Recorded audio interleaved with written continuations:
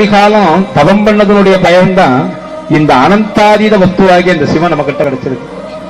இதை வச்சு படைக்கணும். நாமெல்லாம் தினம் ஒரு பொழுதாவது சிவ சிவ அப்படின்னு சொல்லிட்டு நம்ம காரியத்தை பார்க்கலாம். ஒரு சின்ன கதை சொன்னா உங்களுக்கு புரியும். வைணவ சம்பிரதாயத்தை சார்ந்தவர் சுதர்சனன் ஒருத்தர் இருந்தாரு கஞ்சனூர்ன்ற ஊர்ல.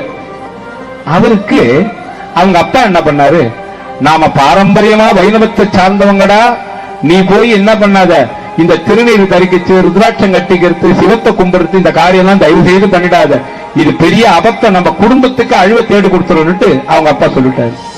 சரின்னுட்டு இந்த குழந்தை என்ன பண்றது, அவங்க அப்பனுக்கு தெரியாத ரகசியமா போய் திருநீரை இட்டுட்டு ஒரு 1.5 மணி நேரம் ஆனந்தமா அந்த கோயிலை சுத்திட்டு வரும்போது தொடச்சிட்டு வீட்டுக்கு வந்துருச்சு. இப்படியே இருந்தது இந்த குழந்தை. இது அவங்க அப்பாவுக்கு தெரிஞ்சு போச்சு. பையன் வளர்ந்த பிற்பாடு இந்த காரியத்தை பண்றான்னா இவனுக்கு இதுல நாட்டம் ஜாஸ்தியா போச்சு, நாம உடனே முத்திரஸ்தானம் குத்தி இவனை ஆவாகனம் படுத்திக்கணும் நம்ம இனத்துக்கு. அவர் என்ன பண்ணாரு, பையனை கூப்பிட்டாரு. இந்த குழந்தை அப்பா நாளைக்கு முத்திரஸ்தானம் குத்த போறாருன்னு ஒரே அழுதுகிட்டு குழந்தை படுத்திருந்தது. அப்ப சுவாமி கனவுல வந்து என்ன பண்ணாரு, நானே உனக்கு குத்திரம்பான்னுட்டு நந்தியும் சூலமுத்திரையும் கையில குத்திட்டு போயிட்டாரு. சங்கு சக்கரத்தை குத்த வேண்டிய இடத்துல என்னது குத்திட்டாரு, சங்கு இதையும் பொறிச்சாச்சு.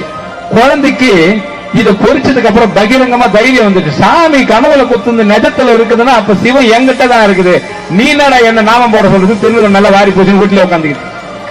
அப்பங்காரன் என்ன பண்ணா, இது இப்படி பண்ண விடுவானவன், உன் சிவன் உன்னை காப்பாத்துறதா இருந்தா, உனக்கு கனவுல முத்திரஸ்தானம் குத்துந்து வலிக்காமலே குத்துனதா இருந்தா, நான் ஒரு நாற்காலி ஒண்ணு சுட வச்சு வச்சிருப்பேன், நல்ல பழுக்க காய்ச்சின நாற்காலி, அதுல ஏறி நின்னு உக்காந்து நீ என்கிட்ட சிவம் சாத்தியதமானது அப்படின்னு நீ சொல்லணும், உன் காலு பத்தாம இருக்கணும், கொப்பளம் ஒண்ணு வந்தா கூட சாமி பொய்ய நான் ஒத்துப்பேன் அப்படின்னு சொல்லிட்டேன்.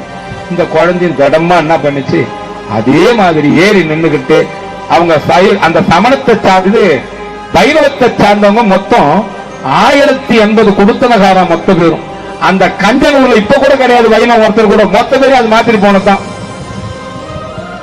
அந்த நாற்காலி மேல ஏறி நின்று அந்த குழந்தை சொன்ன வார்த்தைக்கும் குழந்தை காலையும் அந்த இடுப்பையும் சுடாத இருந்த தன்மையும் பார்த்து அத்தனை வைணவர்களும் அந்த திருநீர் குழந்தை கையில வாங்கி தீட்சை பெற்று மொத்தமா நாங்க இன்னும் ஒரு குடுத்தனக்காரர் கூட கஞ்சனூர்ல வைணவம் கிடையாது.